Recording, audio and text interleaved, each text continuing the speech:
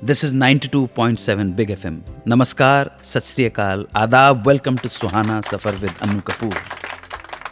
हर रोज सफर पर चल पड़ते हैं, पर हर रोज लगता है कि राह नई है, मंजिल नई है, मराहिल नए हैं। आज का सफर शुरू करता हूं फिराक गोरखपुरी के इस शेर के साथ। 1000 बार जमाना इधर से गुजरा है, 1000 बार जमाना इधर से गुजरा है, नई नई सी है कुछ तेरी रह गुजर फिर भी।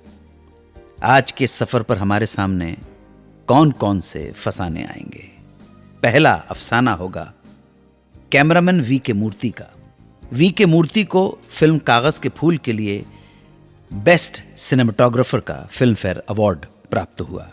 इसके बावजूद लोगों ने कहा कि मूर्ति ने ही कागज के फूल फिल्म को बर्बाद कर दिया। कारण क्या था? दूसरे फसाने में बताऊंगा एक खास इनविटेशन के बारे में, निमंत्रण के बारे में जो मिला था मीना कुमारी को। किसने भेजा था ये खास इनविटेशन? आज दिल ने फिर याद किया में याद करेंगे ग्रेट एक्टर रहमान साहब को। फिर होगी मधुबाला के वालिद की बात।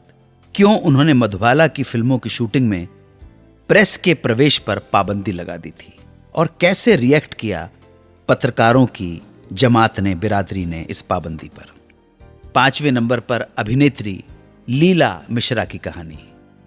जवानी में ही उन्हें माँ, मौसी, नानी, दादी के रोल करने पड़ गए। और लास्ट में हमारे 92.7 बिग एफएम के लिसनर का एक सवाल जो जानना चाहते हैं कि क्या गुरुदत्त ने कभी कोई बंगाली फिल्म बनाई है?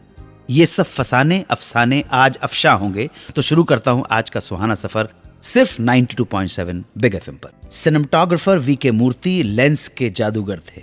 उनके फन का कमाल हम देख चुके हैं। Baazi, Jaal, Aar Paar, Mr and Mrs 55, CID, Pyaasa, Kaagaz के फूल, चौदहवीं का चांद, साहब बीबी और गुलाम, जिद्दी, लव इन टोक्यो, सूरज इत्यादि फिल्मों में। पर कागज के फूल ने तो फोटोग्राफी के क्षेत्र में इतिहास रच दिया था। यह फिल्म पहली भारतीय सिनेमास्कोप फिल्म थी। हम इस कार्यक्रम में पहले भी बात कर चुके हैं कि कैसे 2 शीशों की मदद से वी के मूर्ति ने फिल्म का एक अद्भुत दृश्य रच डाला था, जिसमें छत से स्टूडियो में सूरज की रोशनी छनकर आती है। कागज के फूल के लिए वी के मूर्ति को बेस्ट सिनेमेटोग्राफर का फिल्म फेयर अवार्ड भी दिया गया था। कागज के फूल एक सीरियस फिल्म थी। 92.7 बिग एफएम के हमारे लिसनर्स जानते हैं ये फिल्म बॉक्स ऑफिस पर तो धराशायी हो गई थी, लेकिन इंडियन सिनेमा में एक क्लासिक फिल्म के रूप में आज भी गिनी जाती है, मानी जाती है। वी के मूर्ति के इतने बेहतरीन काम के बावजूद कुछ लोगों ने कह दिया कि वी के मूर्ति ने ही इस फिल्म को, कागज के फूल फिल्म को बर्बाद करके रख दिया, खराब करके रख दिया। दरअसल हकीकत यह है कि फिल्म को देखकर लोगों ने वी के मूर्ति की शान में कसीदे पढ़ने शुरू कर दिए।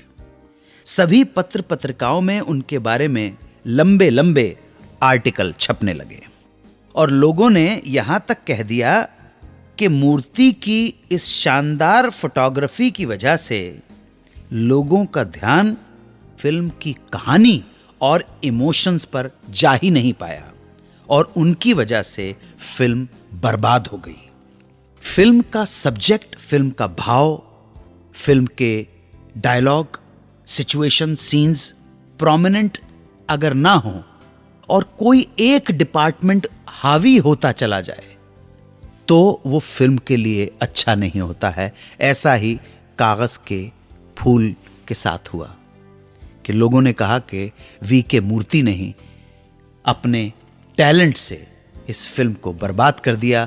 उनकी फोटोग्राफी इतनी डोमिनेट कर गई पूरी फिल्म के ऊपर कि जो फिल्म की बारीकियां थीं, फिल्म के जो डायलॉग थे, फिल्म की कहानी थी, फिल्म के जो भाव थे, वो सब सेकेंडरी हो गए। मीना कुमारी ने अपनी जिंदगी में बहुत कुछ महसूस किया था। एक इंटरव्यू में उन्होंने बताया कि एक बार कैफी आजमी ने उन्हें कहा कि अपने एहसास को कागज पर क्यों नहीं उतार लेती। मीना कुमारी ने अपने एहसास को अल्फाज में पिरोना शुरू कर दिया। वक्त के साथ और वक्त के ही हाथों मीना कुमारी एक बेहतरीन शायरा बन गईं। कैफी आजमी की बेटी शबाना आजमी ने एक इंटरव्यू में बताया है कि मीना कुमारी कैफी आजमी को ही अपना उस्ताद मानती थीं। बात पुरानी है, मीना कुमारी के हाथ में चोट लगी हुई थी और कैफी आजमी ने बांद्रा में एक मुशायरा आयोजित किया। कैफी आजमी चाहते थे कि मुशायरे की सदारत मीना कुमारी करें। इसके लिए उन्होंने मीना कुमारी को एक दावतनामा भेजा। लेकिन एक शायर एक शायरा को दावतनामा भेजेगा तो यूं ही तो नहीं भेजा जाएगा। लिहाजा उन्होंने दावतनामा कुछ इस तरह से भेजा। ये इनविटेशन मैं पढ़ूंगा, मुलाजा फरमाइए। एक अच्छा मुशायरा हो जाए, कब से अहबाब का था ये इसरार।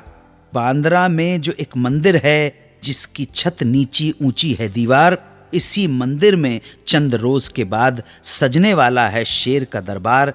एक से एक नक चढ़ा शायर, जाने क्या होगा मेरा हालजार। तुम सदारत अगर कबूल करो तभी आएगी इस चमन में बहार। बांद्रा तक अगर चली आओ, बांद्रा भी हो जाए मिस्र का बाजार। जानता हूं कि हाथ जख्मी है पर हमारे दिलो जिगर है फिगार। फिर मरीजों का हश्र क्या होगा, खुद मसीहा अगर रहे बीमार। आइए आइए है चश्म बराह, कैफी आजमी अरीजा गुजार। अब जब दावतनामा इस तरह से लिखा गया हो तो उसका जवाब भी उस तरह से ही होना चाहिए। सो मीना कुमारी ने जवाब कैसे लिखा? मीना कुमारी कहती हैं कि बढ़ती जाती है रूह की गर्मी, घटती जाती है नब्ज की रफ्तार। आपने हमको जो बुलाया है उसका है शुक्रिया हजारों बार। हाँ, ये सच है कि हाथ जख्मी है पर यह मुमकिन नहीं, करें इनकार।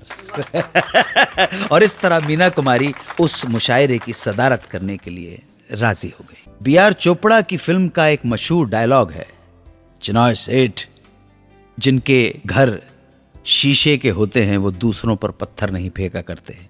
ये चिनॉय सेठ का किरदार निभाने वाले अभिनेता कौन थे? आज हम उन्हीं को याद करेंगे। एक धीर गंभीर व्यक्तित्व, एक संजीदा अभिनेता रहमान। गुरदत्त की फिल्मों के एक नुमाया किरदार रहमान। इनकी कुछ फिल्में याद दिला देता हूं। बड़ी बहन, प्यासा, फिर सुबह होगी, छोटी बहन, छलिया, साहब बीबी और गुलाम, चौदहवीं का चांद, मेरे महबूब, वक्त, बहारें फिर भी आएंगी, दिल ने फिर याद किया, गजल, मेरे हमदम मेरे दोस्त, मजबूर, हीरा पन्ना, आंधी इत्यादि। बहुत लंबी फहरिस्त है। रहमान साहब का जन्म 23 जून 1921 को लाहौर में हुआ। जबलपुर के रॉबर्टसन कॉलेज से ग्रेजुएशन करने के बाद 1942 में उन्होंने as a pilot Indian air force join कर ली। लेकिन जल्द ही फिल्मों में काम करने की हसरत पूरी करने के लिए एयरफोर्स की नौकरी छोड़कर चले आए बंबई। बंबई आने से पहले पूना के एक स्टूडियो में उन्होंने निर्देशक विश्राम बेडेकर के थर्ड असिस्टेंट के रूप में काम किया। एक बार बेडेकर साहब को एक ऐसे पठान की जरूरत पड़ गई जो पश्तूनी पगड़ी बांध सके। रहमान साहब पठान थे और पश्तूनी पगड़ी बांधना जानते थे, इसलिए कैमरे के पीछे काम करते करते अचानक रहमान साहब पहुंच गए कैमरे के सामने और यहीं से उनकी अभिनय यात्रा शुरू हो गई। शुरू में कुछ फिल्मों में उन्होंने लीड रोल भी किए, पर धीरे धीरे वो कैरेक्टर रोल्स तक महदूद हो गए। रहमान साहब ने लगभग 40 साल की अभिनय यात्रा में फिर सुबह होगी, चौदहवीं का चांद, साहब बीबी और गुलाम तथा दिल ने फिर याद किया के लिए बेस्ट सपोर्टिंग एक्टर का फिल्म फेयर नॉमिनेशन भी हासिल किया। उनकी आखिरी फिल्म आई 1982 में, दिल आखिर दिल है। 1977 में उन्हें 3 बार दिल का दौरा पड़ा, फिर गले का कैंसर हो गया और लंबी और तकलीफदेह दुखदाई बीमारी के बाद 5 नवंबर 1984 को 63 साल की उम्र में उनका निधन हो गया। 92.7 बिग एफएम के सभी श्रोताओं की तरफ से और हमारी तरफ से उन्हें भावभीनी श्रद्धांजलि। लीला मिश्रा, एक कैरेक्टर आर्टिस्ट जिन्हें आप याद करते हैं मौसी, नानी, दादी और माँ के रोल में। पर हकीकत यह है कि उन्होंने जब फिल्मी दुनिया में कदम रखा तो वो हीरोइन बनने के लिए आई थी। लीला मिश्रा जब 12 साल की थीं तभी उनकी शादी हो गई राम प्रसाद मिश्रा से। 17 साल की उम्र में वो 2 बेटियों की मां भी बन गईं। राम प्रसाद मिश्रा मूक फिल्मों में अभिनय किया करते थे। दादा साहब हालके के नासिक सिनेटोन में एक कलाकार काम करते थे जिनका नाम था मामा शिंदे। मामा शिंदे ने राम प्रसाद मिश्रा को राजी कर लिया कि वो अपनी पत्नी लीला को फिल्मों में काम करने की इजाजत दें। उन दिनों फिल्मों में काम करने के लिए महिला कलाकार, लेडीज, फीमेल मुश्किल से मिलती थी और राजी होती थी।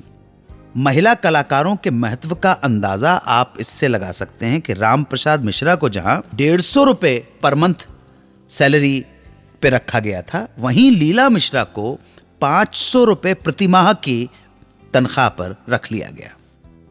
लेकिन दोनों का कैमरे के आगे परफॉर्मेंस इतना खराब रहा कि उनका कॉन्ट्रैक्ट कैंसिल कर दिया गया। अगली फिल्म उन्हें मिली भिखारिन, जिसे प्रोड्यूस किया था कोल्हापुर के महाराजा ने। पर यह फिल्म भी उनके हाथ से निकल गई क्योंकि फिल्म में उन्हें अपने साथी कलाकार को बाहों में लेकर कहना था, कुमार मैं तुम्हारे बिना जिंदा नहीं रह सकती। तो लीला मिश्रा जी को अपने पति के अलावा किसी के साथ इंटीमेट सीन करना मंजूर नहीं था, लिहाजा यह फिल्म भी हाथ से जाती रही। इसके बाद 1936 की फिल्म होनहार में उन्हें शाहू मोडक के अपोजिट हीरोइन का रोल करने का मौका मिला। लेकिन समस्या फिर वही आ गई। उन्हें हीरोइन होने के नाते शाहू मोडक को, हीरो को गले लगाना था। लीला जी ने साफ इनकार कर दिया। इस बार कंपनी से कॉन्ट्रैक्ट के मुताबिक लीला मिश्रा को फिल्म से निकाला नहीं जा सकता था क्योंकि कंपनी के साथ उनका कॉन्ट्रैक्ट 3 साल का था। इसलिए उन्हें शाहू मोडक ही की मां का रोल ऑफर कर दिया गया और उन्होंने एक्सेप्ट कर लिया। ताज्जुब नहीं है कि जिस फिल्म में एक एक्ट्रेस हीरोइन के लिए हां थी, मजबूरी हालात ऐसे हो गए कि हीरोइन तो ना बन पाई, हीरो की मां का रोल किया। इस तरह लीला मिश्रा जी 28 साल की छोटी सी उम्र में फिल्म होनहार में उसी एक्टर की मदर बन गईं जिस एक्टर की उन्हें हीरोइन होना था। मैं आपको बता दूं कि यह ऑफर लीला जी के लिए वरदान साबित हुआ और इसके बाद उन्हें बूढ़ी महिलाओं के रूप में काम मिलने लगा और हमें मिल गई एक नेचुरल एक्ट्रेस जो हमारी अपनी माँ, मौसी, नानी या दादी की तरह दिखाई देती थी और उसी रूप में हम उन्हें याद करते हैं। अभी कुछ दिन पहले मैंने आपको फिल्म निराला की शूटिंग के दौरान मधुबाला और निर्माता निर्देशक पीएल संतोषी के बीच मनमुटाव का किस्सा सुनाया था।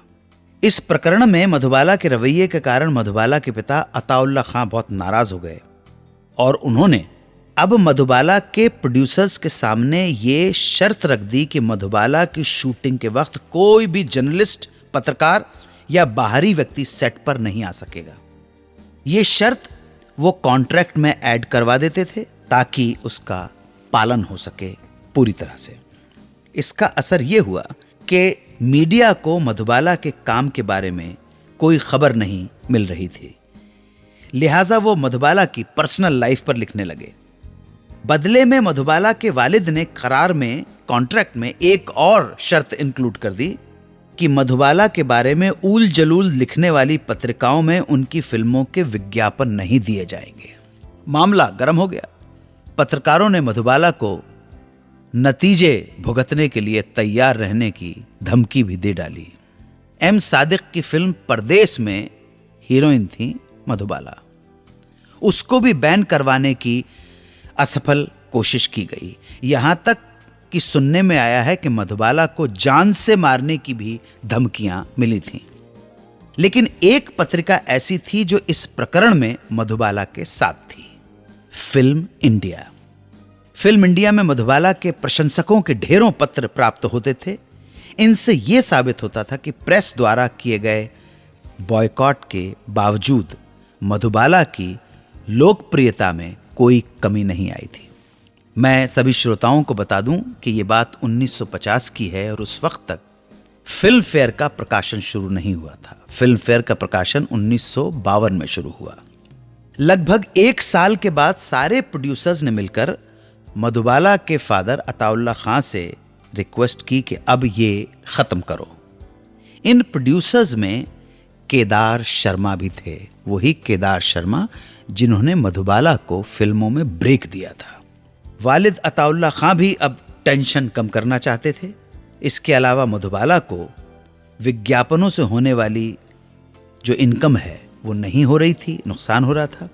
दोनों ही पार्टीज ने अब विवाद को खत्म करने का फैसला किया।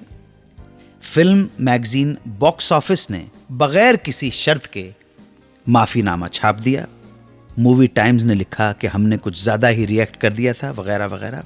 सो एक रविवार को मधुबाला के घर अरेबियन विला में सभी पत्रकारों को चाय पर बुलाया गया और इस तरह ये मामला सुलझा। अब बारी है कोलकाता के देबोजीत के सवाल के जवाब की। देबोजीत जानना चाहते हैं कि क्या कभी गुरुदत्त ने कोई बंगाली फिल्म बनाई है। इसके बारे में हमने जब शोध किया तो पता चला कि 1943 में बनी केदार शर्मा की फिल्म गौरी को गुरुदत्त बंगाली और अंग्रेजी दोनों भाषाओं में बनाना चाहते थे। 1957 में उन्होंने अपनी पत्नी गीता दत्त को हीरोइन के रूप में कास्ट करके गौरी फिल्म का निर्माण शुरू किया। यहां गौरतलब बात यह है कि यह वो वक्त था जब गुरुदत्त और गीता दत्त के रिश्तों में गांठें पड़नी शुरू हो चुकी थी, मगर फिर भी गुरुदत्त और गीता दत्त ने गौरी के 2 सीन शूट कर लिए। लेकिन धीरे धीरे दोनों इतने दूर चले गए कि दोनों का साथ काम करना तकरीबन मुश्किल सा हो गया और फिल्म बंद हो गई। गुरुदत्त को काफ़ी आर्थिक नुकसान भी झेलना पड़ा। हालात उनके काबू के बाहर हो गए, सो जल्दी इस फिल्म को बंद करने का फैसला कर लिया गया। एस.डी. बर्मन ने इस फिल्म के लिए जो 2 गाने कंपोज किए थे उन्हें बाद में किसी और फिल्म में उन्होंने इस्तेमाल कर लिया। उन फिल्मों के बारे में हम कोई जानकारी नहीं जुटा पाए। अगर आप में से किसी के पास जानकारी हो तो प्लीज़ हमसे ज़रूर शेयर करें।